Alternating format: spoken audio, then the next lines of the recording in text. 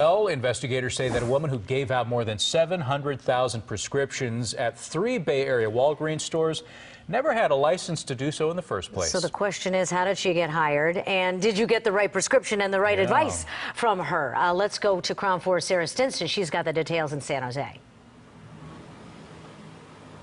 Good morning. Well, lots to learn about this case. And like you said, if she was, she could have been the best pharmacist in the world, or she could have been someone who had no idea what she was doing. Either way, state officials say she was using a false license number.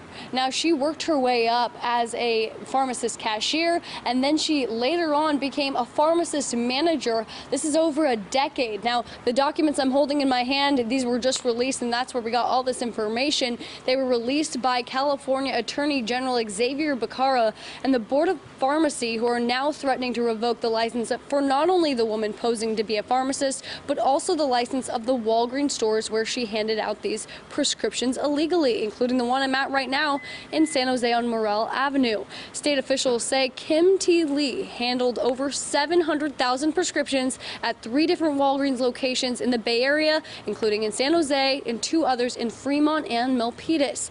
Now, Lee did this from 2006 to 2017, and during that time, she gave vaccinations, ordered medications, you name it, anything a pharmacist would do. She even supervised pharmacy technicians. Now, state inspectors say they became on to Lee about 2 years ago while visiting the Fremont Walgreens location on Maury Avenue. Investigators say the pharmacist was using license numbers that belonged to other people with the exact same name, so the same last name and everything. Now, state officials say it's still unclear if Walgreens ever reviewed her credentials or really looked into it, but that's why they are now deciding if Walgreens should also be responsible for this. These 3 locations, their license is now under threat, so they could lose their license. As for what will happen to Lee and what comes next for all these customers, that's what the question is here on out. I spoke to a few customers here, a lot of them just saying they love this Walgreens, so it doesn't really faze them. I was kind of surprised. One man said